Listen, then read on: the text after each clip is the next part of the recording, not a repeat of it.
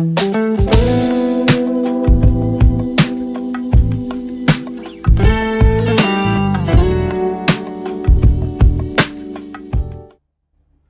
हम लोग valuation of goodwill में एक्चुअल एवरेज प्रॉफिट मेथड में वेटेड एवरेज प्रॉफिट मेथड से गुडविल के कैलकुलेशन के लिए एक क्वेश्चन की प्रैक्टिस किया जाएगा। तो इस पे हम लोग और भी वीडियो अपलोड हैं, वैल्यूएशन ऑफ गुडविल क्यों की जाती है, गुडविल है क्या, गुडविल के और सारे मेथड्स पर प्रीवियस में आपके वीडियो अपलोड हैं, उनको भी आप देखेंगे। यह भी एक बहुत ही इंपॉर्टेंट टॉपिक है। आपकी स्क्रीन पर देखिए क्वेश्चन चल रहा है। Following data are available in respect of a business. 3 years का प्रॉफिट दिया है 1991 70,000, 1992 1 lakh, 1993 1,25,000। Non recurring income of ₹9,000 included in the profit of 1993। तो देखो, जब हम लोग गुडविल का वैल्यूएशन करने जाएंगे तो हम वही प्रॉफिट इस्तेमाल करेंगे जो बिजनेस अपने मेन एक्टिविटी से अर्न किया है। तो ऐसा कोई प्रॉफिट जो नॉन ऑपरेटिंग हो, नॉन रेकरिंग हो, एब नॉर्मली तरह से हमें मिला हो, अगर ऐसा प्रॉफिट उस ईयर के प्रॉफिट में इंक्लूड होगा तो उसको माइनस कर देंगे। तो 1993 में कह रहा है कि नॉन रिकरिंग इनकम है 9,000, उस ईयर के प्रॉफिट से 9,000 लेस करके उसको एक्चुअल इनकम में बदलेंगे। Profit in 1992 have been reduced by ₹13,000 on account of goods destroyed by fire। अगर कोई abnormal loss हुआ है या नॉन रिकरिंग एक्सपेंसेज हैं, उनको भी हम लोग एडजस्ट करेंगे। ये पहले उस ईयर के प्रॉफिट से माइनस हो चुके होंगे, इनको दोबारा एक्चुअल प्रॉफिट में बदलने के लिए ऐड कर देंगे। तो non recurring income, non operating income जुड़ी होगी प्रॉफिट में, एक्चुअल में लाने के उसको लेस करोगे, और abnormal losses, non recurring expenses उसमें माइनस हुए होंगे, एक्चुअल बदलने के लिए उसको प्लस करोगे। Goods have not been insured but it is decided to insure them in future. पहले ये गुड्स का इंश्योरेंस नहीं कराते थे, तो फ्यूचर में अब ये अपने गुड्स का इंश्योरेंस कराएंगे। तो जो ये प्रॉफिट हमें मिला उसके बाद जब आगे करके इंश्योरेंस होगा, तो हम लोग पहले एक्चुअल एवरेज प्रॉफिट जब निकाल लेंगे तो देखेंगे क्या फ्यूचर में भी कुछ नए एक्सपेंस बढ़ जाएंगे। तो एक्सपेंसेस बढ़ेंगे तो हम एवरेज प्रॉफिट में से उतना लेस कर देंगे। फ्यूचर में कुछ एक्सपेंसेस कम होंगे तो हम लोग, हमारा प्रॉफिट उससे बढ़ेगा, जो पास्ट में हुए हैं लेकिन फ्यूचर में कम होंगे, तो उससे हमारा प्रॉफिट, एवरेज प्रॉफिट बढ़ जाएगा, उसको जोड़ेंगे। लेकिन पास्ट में एक्सपेंसेस नहीं होते थे, फ्यूचर में अब होंगे, उससे हमारा एवरेज प्रॉफिट कम होगा, उसको हम लेस कर देंगे। तो 900 से लेस हो जाएगा। The proprietor thinks to appoint an accountant in the business to maintain the books of account. Salary will be paid to the accountant ₹1,500 per month. अब कहा कि अब तक अकाउंटेंट नहीं रखते थे, जो हमारे ऊपर प्रॉफिट दिए हैं अकाउंटेंट के पहले के हैं। अब फ्यूचर में जब अकाउंटेंट अपॉइंट किए जाएंगे, उनको सैलरी दी जाएगी, तो फ्यूचर में हमारा प्रॉफिट 1,500 पर मंथ की रेट से कम हो जाएगा।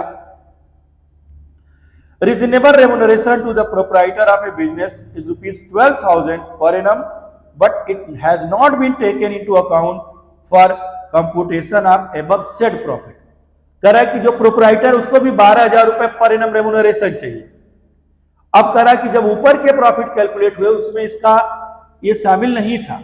अगर ये शामिल आता तो उस ईयर के प्रॉफिट 12,000 पर एनम से कम हो जाते। तो इसका मतलब फ्यूचर में होने वाले प्रॉफिट 12,000 से कम होंगे, तो हमारा जो एक्चुअल एवरेज प्रॉफिट आएगा उसमें से 12,000 माइनस करेंगे। Profit in 1991 include ₹11,000 income from investment.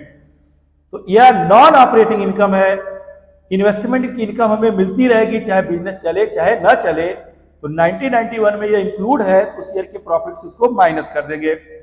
Goodwill is to be valued 2 years purchases of the weighted average profit method for the past 3 years। The weight दिया हुआ है, देखो 1991 का 1, 1992 का 2, 1993 का 3। तो क्वेश्चन को पहले नोट करना। अगर नोट कर लिए तो इस टॉपिक को लगाते ही वेटेड एवरेज प्रॉफिट से रिलेटेड आपका हर कंफ्यूजन दूर हो जाएगा। तो आपने क्वेश्चन को नोट कर लिया। अब देखो, हम लोग गुडविल के वैल्यूएशन पा रहे हैं। ऊपर हेडिंग डाल दिया वैल्यूएशन ऑफ गुडविल। पर्टिकुलर्स जो प्रॉफिट हमें दिया है क्वेश्चन में, उस प्रॉफिट को लिखेंगे, उसमें से जो भी एडजस्टमेंट करना होगा, जिसको प्लस करना होगा, जिसको माइनस करना होगा, प्लस माइनस करने के बाद जो प्रॉफिट आएगा वो एक्चुअल प्रॉफिट कहलाएगा।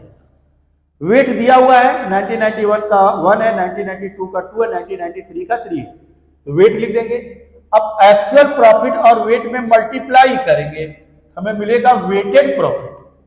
अब देखो पहले प्रॉफिट 1991 का, तो 1991 में प्रॉफिट देखो दिया 70,000 और नीचे क्वेश्चन में देखिए सबसे लास्ट में कहा है profit in 1991 include ₹11,000 income from investment. तो ये नॉन ऑपरेटिंग इनकम है, पैसे हम कहीं इन्वेस्ट किए हैं, वहां से इनकम हमें मिलती रहेगी, चाहे बिजनेस चले चाहे ना चले। हमें बिजनेस के चलने पर उसके मेन एक्टिविटी से जो प्रॉफिट आएगा वही गुडविल के वैल्यूएशन में चाहिए। हम लोगों ने 91 के प्रॉफिट से नॉन ऑपरेटिंग इनकम 11,000 को माइनस किया, उसमें इंक्लूड है इस ईयर की एक्चुअल बिजनेस की इनकम 59,000 हुई, वेट 1 दिया है, 1 से मल्टीप्लाई किया, आ गया 59,000। फिर सेकेंड में देखो 1992 का प्रॉफिट दिया 1 लाख रुपए, तो 1992 का प्रॉफिट 1 लाख लिख लिया। अब क्वेश्चन में देखो इंफॉर्मेशन नंबर 3 में दिया है 1992 के प्रॉफिट में ₹13,000 से रिड्यूस हुआ है, लॉस हो गया था, एबनॉर्मल वेस्टेज था, लॉस बाई फायर था। तो ऐसे लॉसेस जो एबनॉर्मली हुए हैं वो हमारे प्रॉफिट को उस ईयर में कम कर दिए होंगे, तो नॉर्मल प्रॉफिट में बदलने के लिए ऐसे आइटम को जोड़ दोगे। तो देखो 1992 का प्रॉफिट 1 लाख है, उसमें एबनॉर्मल लॉस को ऐड किए हैं क्योंकि पहले यह माइनस हो चुका है, ऐड किया, तो इसका मतलब बिजनेस अपने नॉर्मल एक्टिविटी से उस ईयर में 1,13,000 प्रॉफिट अर्न किया होगा, और इसको माइनस करने के बाद 1 लाख हो गया, इसलिए हमने उसको ऐड कर दिया और 2 से मल्टीप्लाई किया, आया 2,26,000 वेटेड को। फिर देखो लिखा है 1993 में प्रॉफिट हुआ है 1,25,000, 1993 का प्रॉफिट 1,25,000। इंफॉर्मेशन नंबर 2 देखो लिखा है कि non recurring income of ₹9,000 included in profit of 1993। एक नॉन रेकरिंग इनकम जो बार बार नहीं होती है, यानी वो कैपिटल नेचर की रही होगी, कोई एसेट्स बेचने से प्रॉफिट हुआ होगा या कोई अदर ऐसी इनकम हुई होगी जो बिजनेस के मेन एक्टिविटी से रिलेटेड नहीं होंगी, उस ईयर के पीएल में शामिल होने से हमारी प्रॉफिट को बढ़ा दी होगी, उसे हम नॉर्मल प्रॉफिट में बदलने के लिए लेस कर देंगे। तो देखो 1993 का profit 1,25,000 less non recurring income 9,000, आ गया हमारा एक्चुअल प्रॉफिट 1,16,000, वेट 3 है, 3 से मल्टीप्लाई किए 3,48,000। अब इसको हम लोग ऐड कर लिए तो टोटल वेट आया 6,33,000 और वेट को ऐड किया, वेट आया 6। अब हमें एक्चुअल वेटेड प्रॉफिट चाहिए, तो एक्चुअल वेटेड प्रॉफिट निकालने के लिए टोटल वेट 6,33,000 अपॉन वेट, जो टोटल वेटेड प्रॉफिट है 6,33,000 में टोटल वेट से डिवाइड किया, आया एक्चुअल वेटेड प्रॉफिट 1,05,500, 1,05,500। अब फ्यूचर में 3 एक्सपेंस की बात किया इसने। पहला देखो कहा है कि फ्यूचर में बिजनेस इंश्योर होगा, इंश्योरेंस कराया जाएगा और हमें 900 पर एनम प्रीमियम पेड करना होगा, तो फ्यूचर में expenses will be paid in future. तो हमारा ये प्रॉफिट फ्यूचर में नए एक्सपेंसेस के बढ़ने से घटने लगेगा, तो 900 से कम होगा। प्रोप्राइटर ने एक अकाउंटेंट को अपॉइंटमेंट करेगा और उसको 1,500 पर मंथ सैलरी देगा, तो 1,500 पर मंथ जब सैलरी देगा, accountant salary 1,500 per month 12 month का हो जाएगा 18,000। और फिर प्रोप्राइटर रेम्युनरेशन भी देना है जो हमारे प्रॉफिट्स में इंक्लूड नहीं है, 12,000 हमें एक्स्ट्रा वो भी पेड करने होंगे। तो फ्यूचर में हमें 30,900 और पेड करने होंगे जो अब तक हम नहीं किए। इसके पेड करने से हमारी ये इनकम कम हो जाएगी, 1,05,500 से हम 30,900 माइनस करेंगे, आएगा 74,600। और गुडविल के बारे में तो बोला है, इस एवरेज प्रॉफिट का जो वेटेड एवरेज प्रॉफिट आया है इसका 2 इयर्स परचेजेस 2 से मल्टीप्लाई करेंगे, आएगा 1,49,200। तो गुडविल के इस क्वेश्चन को अच्छे से आप नोट कर लेंगे, एक बार वीडियो को पॉज करके नोट कर लेंगे और फिर पढ़कर क्वेश्चन एक बार अपने से और ट्राई करेंगे, और ट्राई करने के बाद मिलाएंगे, और अगर आपको कोई प्रॉब्लम है तो इससे आपको तुरंत दूर हो जाएगी।